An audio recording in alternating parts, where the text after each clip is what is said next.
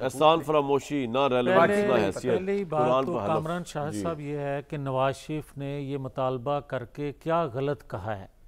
दूसरी मेरी बात यह है कि भाई कहीं से तो शुरू करोगे, आप रियासत चलाना चाहते हो, इस तरह तो घर नहीं चलते।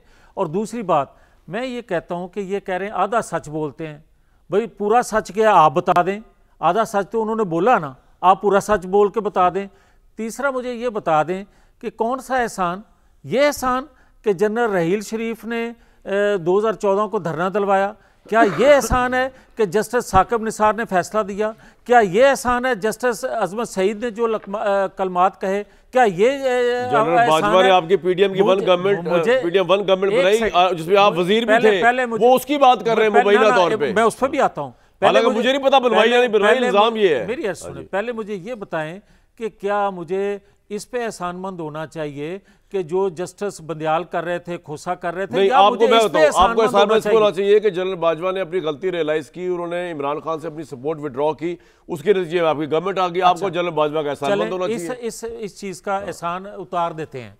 पहले मुझे ये बताएं कि जनरल रहील शरीफ से जनरल फैज़ तक और जनरल कमर जवेद बाजवा तक सब ने जो कुछ किया वो मेरे पे एहसान था। और जो आप कह रहे हैं कि उन्होंने अपनी सपोर्ट विड्रॉ की और 18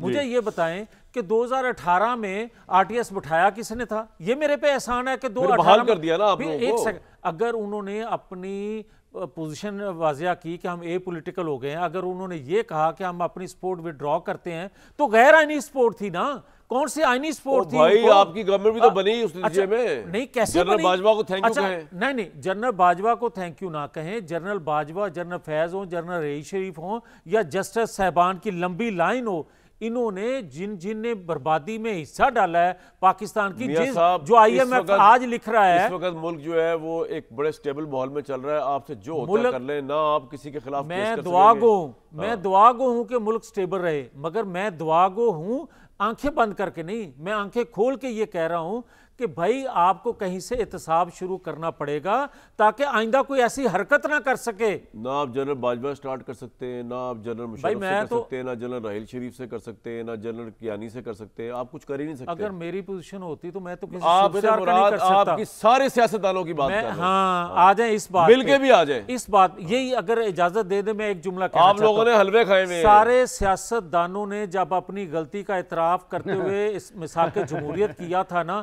तो फिर उस गलती को जमहूरियत क्या है यार? एक सेकंड कामरान, एक सेकंड, फिर फेंक दे वो तो आइन कोई हैसियत नहीं है, मगर क्या होता है? चलो ये भी छोड़ दें। मुझे ये बताएं कि जिनको फिर उस वक्त तकलीफ ये हुई कि 58(2)B खत्म करने के बाद ये मिसाक जमहूरियत अपनी गलतियों को मान के आगे बढ़ना चाह रहे हैं, तो फिर एक सेकंड एक जुमला कहें, तो फिर किसने थर्ड पार्टी को खड़ा किया था? गलती उनकी है। बात पे कोई यकीन कर ही नहीं सकता।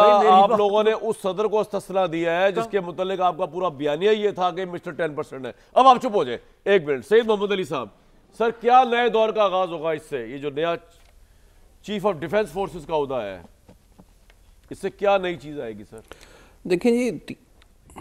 देखें बुनियादी बात यह है कि जो चेयरमैन जो चीफ ऑफ स्टाफ कमेटी का ओहदा था, वो 20वीं सदी की जो अंदाज़े जंग थी उसको जहन में रख के बनाया गया था, जिसमें वो कोऑर्डिनेशन तो करते थे, लेकिन डेफिनेटली इस वक्त जो बुनियानुल मरसूस के जो तजुर्बात हैं उसके पेश नज़र ये नहीं, वो तो ठीक है, चेंज हो गया। अब नई चेंज क्या है कि चूंकि जंग मल्टी डोमेन ऑपरेशन है तो तमाम प्लानिंग और कोऑर्डिनेशन और डिसीजन मेकिंग कोऑर्डिनेशन के साथ CDS के अंदर हुआ करेगी। ठीक है, पहली बात। दूसरी बात कि खुद भारत भी अब इस मॉडल पे जा चुका है, आप जानते हैं, और इस वक्त भी जो हमारे जनूब मशरिक में वो एक्सरसाइजेस कर रहे हैं, उसका मकसद यही है कि जो उन्होंने हजीमत उठाई है बुनियानुल मरसूस में, उसके तहत वो अपने पॉस्चर को, अपने स्ट्रक्चर को रिव्यू कर रहे हैं, ताकि अगली दफ़ा अगर वो हमारे खिलाफ जारियत करें तो ज़्यादा तेज़ी से और ज़्यादा मुहलिक अंदाज में करें, जिससे निमटने के लिए खुद हमें भी अपने कमांड स्ट्रक्चर को और स्ट्रेटेजिक डिसीजन मेकिंग के निज़ाम को ज़्यादा मजबूत और तेज़ बनाने की ज़रूरत है। नियाज़ी साहब को और मियां जावेद लतीफ़ साहब को, इनको मेरी बातें समझ नहीं आ रही। देखिए जी, दो बातें हैं मेरी नाकिस राय में। पहली बात यह है कि जिस तरह अंग्रेजी में कहते हैं one should not rock the boat, इस वक्त मैं समझता हूँ कि जो मौजूदा मरकज़ी हुकूमत और फ़ौज के दरमियान और या इस्टेब्लिशमेंट के दरमियान अच्छे ताल्लुकात हैं, इसको खराब करने की ये लोग नाकाम कोशिश कर रहे हैं।